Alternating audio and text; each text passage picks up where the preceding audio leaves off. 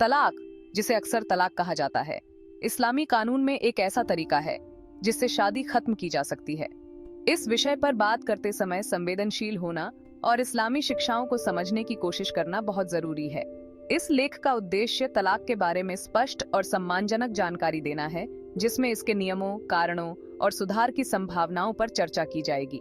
तलाक कोई आसान या जल्दबाजी में लिया जाने वाला फैसला नहीं है। इस्लामी कानून में शादी को बनाए रखने के महत्व पर जोर दिया गया है। इसे आखिरी रास्ता माना जाता है। जब सुलह की सारी कोशिशें नाकाम हो जाती हैं, तभी इसकी इजाजत होती है। तलाक के सिद्धांतों और प्रक्रियाओं को समझना इस्लामी परंपरा के इस संवेदनशील पहलू पर स्वस्थ चर्चा और संतुलित दृष्टिकोण को बढ़ावा देने के लिए बहुत महत्वपूर्ण है। इस्लामी कानून में तलाक को नियंत्रित करने वाले कुछ खास नियम और शर्तें बताई गई हैं, ताकि यह सुनिश्चित हो सके कि यह गंभीरता से लिया जाए और इसका दुरुपयोग न हो। एक महत्वपूर्ण पहलू गवाहों की मौजूदगी है। तलाक दो ऐसे ईमानदार और नेक लोगों की मौजूदगी में होना चाहिए जो पति के इरादे और पत्नी की जानकारी की गवाही दे सकें। इसके अलावा इद्दत नामक एक प्रतीक्षा अवधि होती है जो तलाक की घोषणा के बाद शुरू होती है। यह अवधि, जो आमतौर पर महिलाओं के लिए 3 मासिक धर्म चक्र की होती है, सोच विचार और संभावित सुलह के लिए समय देती है। इससे यह भी पता चलता है कि पत्नी गर्भवती तो नहीं है। ये नियम इस बात पर जोर देते हैं कि तलाक जैसे महत्वपूर्ण मामलों में सावधानी से विचार किया जाए और जल्दबाजी में कोई फैसला न लिया जाए। इस्लामी कानून में अलग अलग तरह के तलाक बताए गए हैं, जिनमें से हर एक के अपने मायने हैं। सबसे आम प्रकार तलाकुल सुन्नत है, जो पैगंबर मोहम्मद की शिक्षाओं का पालन करता है। इसमें एक खास प्रक्रिया होती है जहां पति पवित्र अवस्था में एक बार तलाक शब्द कहता है और उसके बाद प्रतीक्षा अवधि होती है। दूसरा प्रकार तलाक उल बिद्दत है, जिसे एक नवाचार माना जाता है और आमतौर पर इसे हतोत्साहित किया जाता है। इसमें एक ही बार में 3 बार तलाक कहना शामिल है, जिससे यह तुरंत अटल हो जाता है। इस प्रथा पर कई मुस्लिम समुदायों में बहुत बहस और सुधार हुए हैं। इस्लामी कानून के तहत तलाक की जटिलताओं को समझने के लिए इन अंतरों को समझना बहुत जरूरी है। हालांकि इस्लाम में तलाक की इजाजत है, लेकिन इस पर जोर दिया गया है कि इसे सिर्फ जायज कारणों से ही लिया जाना चाहिए।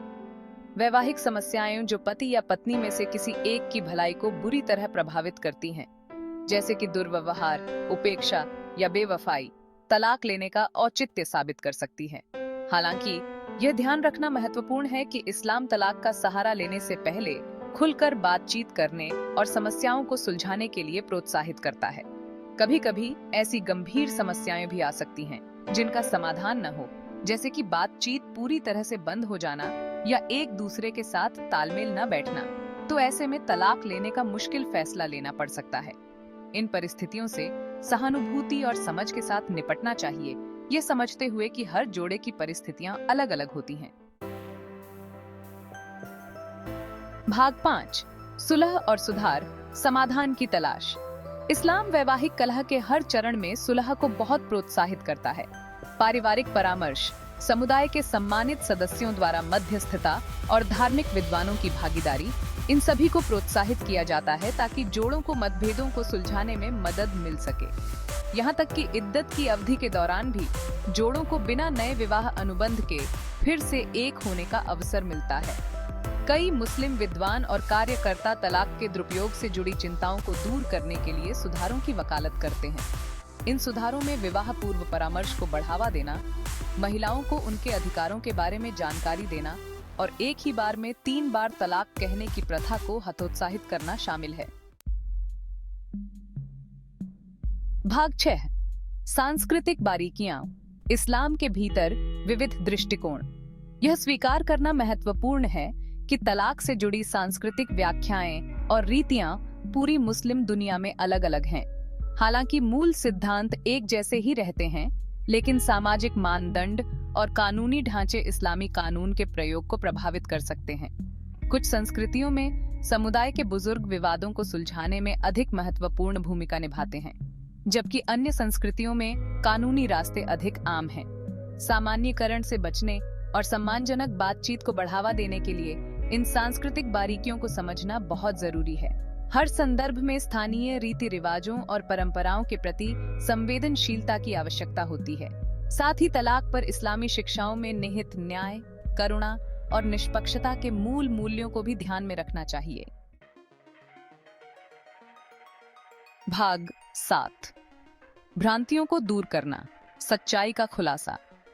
दुर्भाग्य से तलाक के बारे में भ्रांतियां बनी हुई हैं, जो अक्सर मीडिया में पक्षपाती चित्रण और सटीक जानकारी की कमी के कारण फैलती हैं।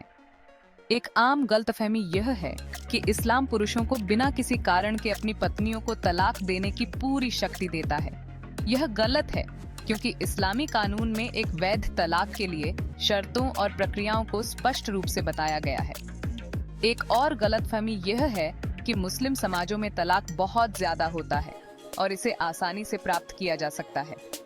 वास्तव में मुस्लिम समुदायों में तलाक की दरें बहुत अलग-अलग हैं और अक्सर अन्य धार्मिक समूहों के बराबर या उससे कम होती हैं। इन भ्रांतियों को दूर करने के लिए सटीक जानकारी को बढ़ावा देना, रूढ़ियों को चुनौती देना और अंतरधार्मिक संवाद को बढ़ावा देना जरूरी है। भाग 8। निष्कर्ष। आगे का एक उम्मीद भरा रास्ता। तलाक इस्लाम के भीतर एक जटिल मुद्दा है, जिसे अक्सर गलत समझा जाता है और गलत तरीके से पेश किया जाता है।